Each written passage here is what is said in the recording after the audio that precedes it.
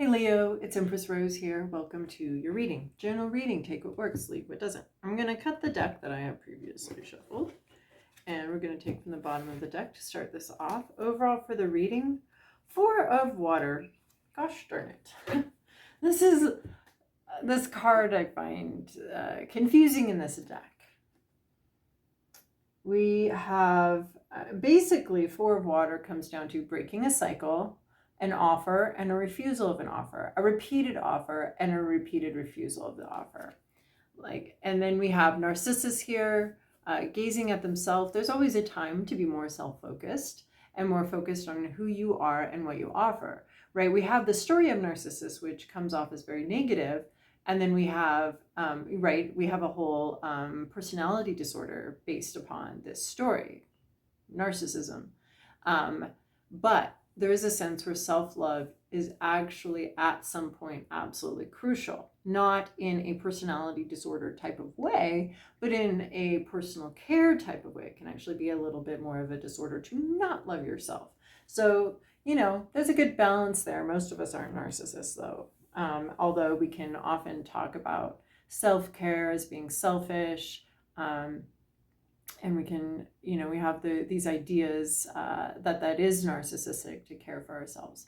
But there is a certain, up to a point, and honestly, caring for other people's is also caring for yourself, and caring for your community and being kind to others is also a way of making sure that your nest and your surroundings are pleasant and gentle and supportive. So, but we have 4 of Water in its essence is an offer or a request, an offer and a refusal of the offer. The refusal may be, does she just not hear her calling to her, or is she just very absorbed in some self-care right now that we're not going to repeat this cycle? So, right, the positive meaning of this card is that we're going to love ourselves and we're going to not repeat self-destructive cycles.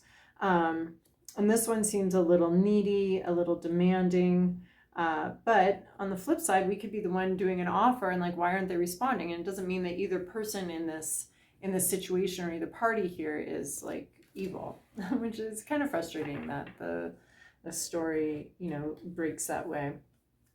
So overall for the reading, an offer, a refusal of the offer, maybe even not even hearing or noticing the offer because we're not feeling a need for someone else's opinion or someone else's needs. Past, upside down here. Past, present, inner landscape, what's at issue, environment, to-do list, possible outcome. Oh, that's fascinating. We do have one reversal, an accidental reversal, because I keep this card upright, this deck upright. Again, we have quite a few people here. A lot of signs are getting this reading with quite a few people. We have 3 people here, some immature and private energy mostly. But oh wow, that's really cool. I love how these cards can start talking to each other after a minute. Yeah, okay, breaking a cycle out of self-care. This is much more evident here. Oh, also, I'll be doing extended or relationship readings over on Vimeo. The link to the whole Vimeo page for this series should be in the description box. If you just recently, some people have been struggling to connect with Vimeo and make that connection. If you do have that problem, please email me. My email is also in the description box, empressrose1111@gmail.com. But that's over there if you want. I do charge a small fee. It's to honor the energy exchange here. So in your recent past, we have Page of Fire. So pages can be children, but they can also just be students learning something, learning about intuition, learning about a passion, discovering a passion. There is discovery with pages. There is a sense of discovery. We've just started a journey. We've just started learning about something. That's discovery. So discovering in the past, you've discovered some sort of passion, something very exciting, a renewal, perhaps. But it's like a new skin, a new, that sounds very Silence of the Lambsy, but It's a new skin in a way, a new you. You've discovered maybe a new you, a new passion, a new project, a new spiritual path. It's new to you, and it enchants you, excites you. You can really see a future here. It ignites your passion. So a new passion. You've discovered a new passion, or someone here has discovered a new passion. A new passionate thing. And then we go into your current situation is Queen of Water. So the queens are very internally focused. Maybe you haven't told anyone about this new passion. Maybe you have a new passion, or you're very excited about something, but you've kept it to yourself. The queen, or someone here, this could be someone else. The queen, the queens are very internally focused. They're not really trying to communicate. They're not trying to convince anybody else of anything. They might eventually have something to say, except with the Queen of Swords. But we have a Queen of Water here. So this is emotional. Someone's trying to figure out how they feel about something. They're not communicating about it. They're not trying to look in or think about it. This is not so much a think about it energy. This is a feel about it energy. And what are they feeling? They could be feeling that they're two things. A little bit of this, a little bit of that. They might be feeling like I just went swimming in this lake called Deep Lake, very creative name. And there were these like gangs of fish going around, and they had these big long whiskers, and they were black fish, and they were called bull cat fish. It's like straight out of like Avatar: The Last Airbender. So that's a little bit of what I'm seeing here is like bull cat fish, something that's like both cat and fish. You know, maybe catfishing. I mean, there's a catfish here. So, and then we have a hummingbird, joy, nectar, a little dab of joy here, little tastes of delight. There's a history of pain and hurt here, and that still continues to weigh on this Queen of Water, this history. There's some tumultuous stuff going on inside here. We're not necessarily completely submerged in our emotions in a way that like we're not unaware of the emotions. We're very aware of them. This person's very feeling them. I feel like it's you. Could be somebody else. As a general reading, that's what happens. But there's a sense of like not being so submerged that you don't have any perspective. It's like getting a perspective on your feelings, knowing how you feel and connecting with them. Our emotions, they're just another sense. Like touch, they let us know. They give us information. What we do with that information is something else. So in a way, you're collecting information from your emotions. How do I feel? Or somebody is collecting information from their emotions, and they're understanding things, and they're not quite taking action on them, but they're really collecting the feelings and emotions. Your hopes, your fears, your inner landscape is the Hermit card. You might be worried about having to do something alone. Well, this Queen of Water already has somebody alone here, because the Queen of Water, feeling your feelings isn't, you can talk about them, but you're the one that has to feel them, right? This Hermit card could be being afraid of being alone. Here we have the exact same catfish. There's a lot of repetition here in this Hermit card as we have, well, I'm interpreting them as catfish, as we have in this Queen of Water. Both of these have somebody contemplating their feelings. How do I feel? And the Hermit takes a direction from how they feel. And you might be worried about, well, I feel like maybe I need to go alone. I'm worried that maybe I have to make these decisions by myself. And it's true. You're the only one that feels these things. You're the only one that's having this. They're your feelings. You respond to them in a way that makes sense to you. They are a guidance system. They are here to guide you. They're not the only guidance system. We got to use our brains too. Although the heart's like never Yeah, it doesn't really believe that, but it's true. We got to use our brains too. And this is reminding me, there was a comic that was really popular for a while, or still probably is, of like the heart and mind talking. And so, yeah, the heart's like talking, and you're concerned possibly about going in alone. But there's also this Four of Water here, and these both have you, actually, all three of these have you. There's a lot of mermaids here.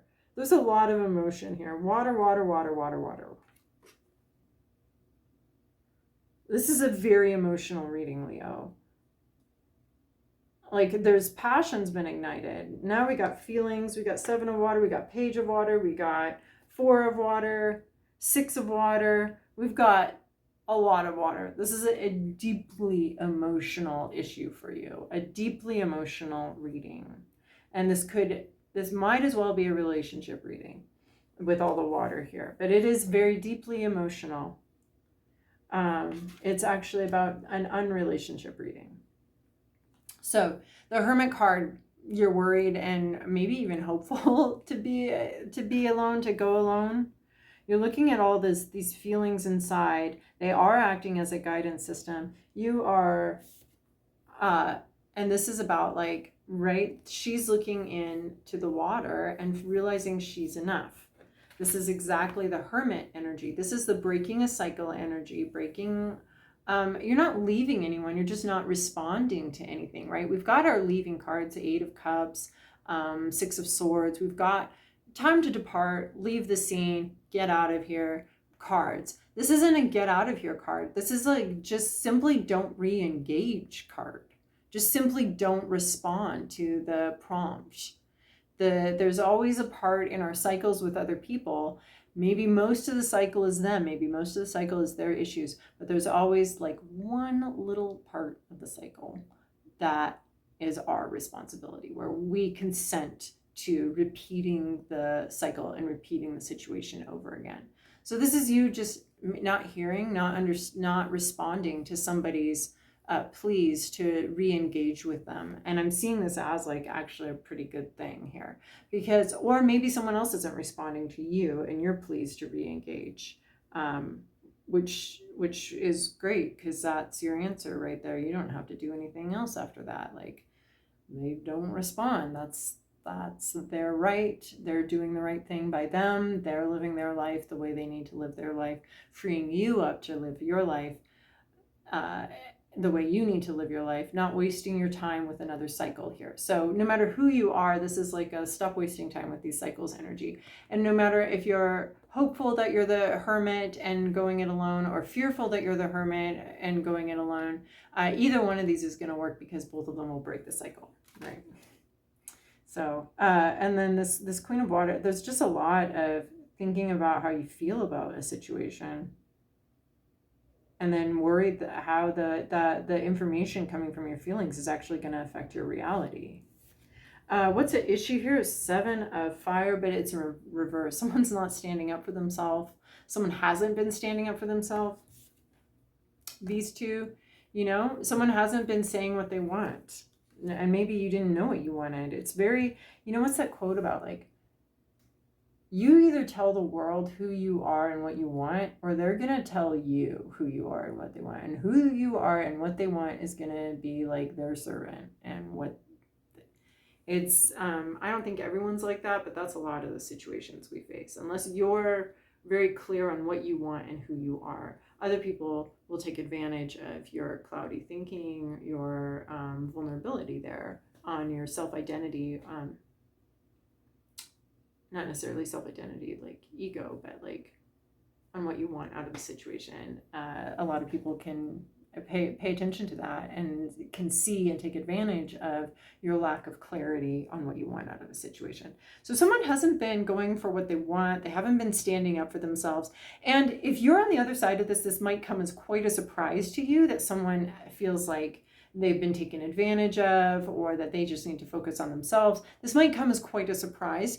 And it usually does to the person who is unaware that this person has been silencing themselves, right? That's the nature of silence, is other people don't know.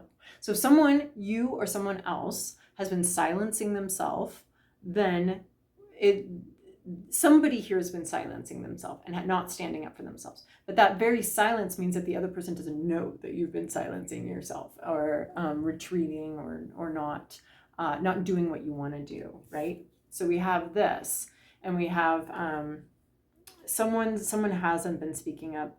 Someone hasn't been claiming their right to define themselves and define their life path and state what they want. Someone hasn't been saying what they want here, or making space for it. Like maybe this is you have this passion, but you haven't been making space for the passion. And this may come as a surprise to other people around you that maybe are assuming you're doing exactly what you want to do. You maybe have not been doing exactly what you want to do. So in your environment, Page of Water, someone's discovering some feelings. They're surprised by how they feel. They might be surprised about how you feel. The page is a child, perhaps, an emotional child, an inner child. This can be an inner child, but it's external. Someone's discovering some kind of feeling. Like, how many mermaids do we have here? 1, 2, 3, 4. I suspect those are mermaids. 5, 6. 6 mermaids, and then everybody's in water. Except for this fire. Like, maybe there's a sense of like these emotions putting out some kind of passion. Because we have fire and water. We have 2 kids. One's fire, one's water. One's emotional, one's passionate. We have 2 learners. Someone's learning about passion, someone's learning about feelings. Both of them have a sense of discovery, and one of them is just like wowed by this, and the other one is, so one is silently wowed about some sort of new skin, new discovery, and one is like more outwardly and expressively wowed by something or discovery. Basically, we've got 2 people here. 2 people here that have discovered something, a new passion, but there's a lot of water here. So somehow like the feelings may be some kind of feelings. This, right, we have 7 of fire in reverse. Maybe other people's feelings or something keep dampening your passion. Somebody else's feelings might, right, we pour water on the fire to put it out. So somebody else might be using their feelings, maybe some immature, emotionally manipulative energy, perhaps, that is dampening your passion for something and making it feel like you can't stand up for yourself, or making you feel like your passion isn't worth it.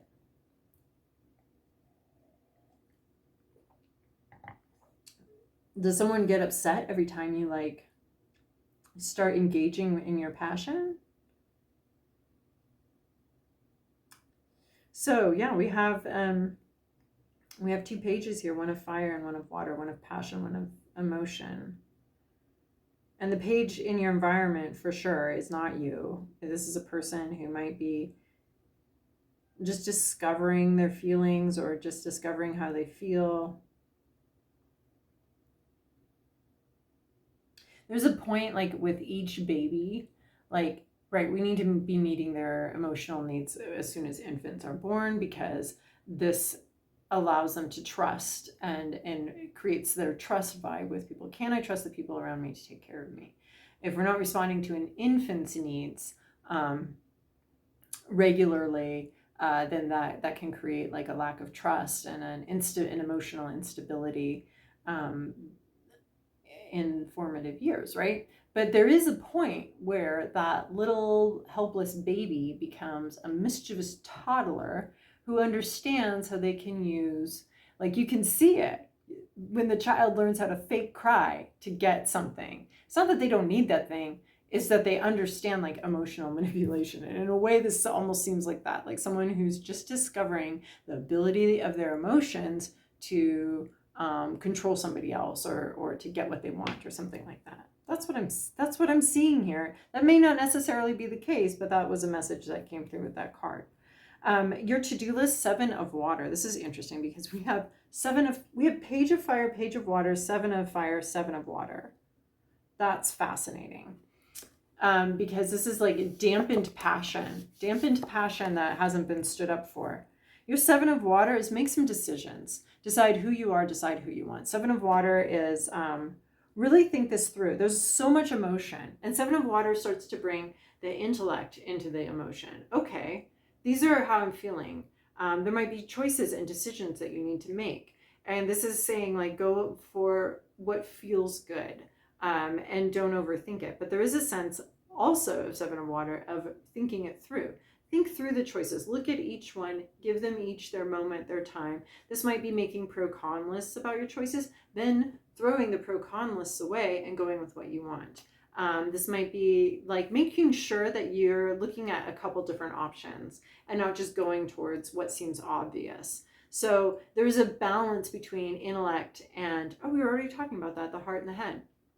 There's a balance between the intellect and the heart that needs to happen here, where you do need to think through the options. You do need to look at each one individually as viable. And if you only see one option, you need to understand that there actually are other options, and try so hard to open up your mind to see what these other options might be. Because right now you might be zeroed in on, like, this is my only option. I have no choice. I have no choice. Whenever I hear someone saying, like, I had no choice, that's just not true.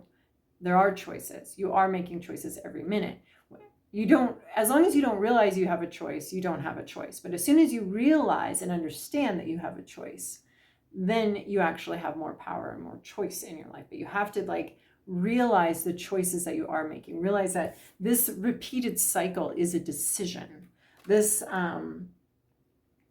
that, where is that choice point?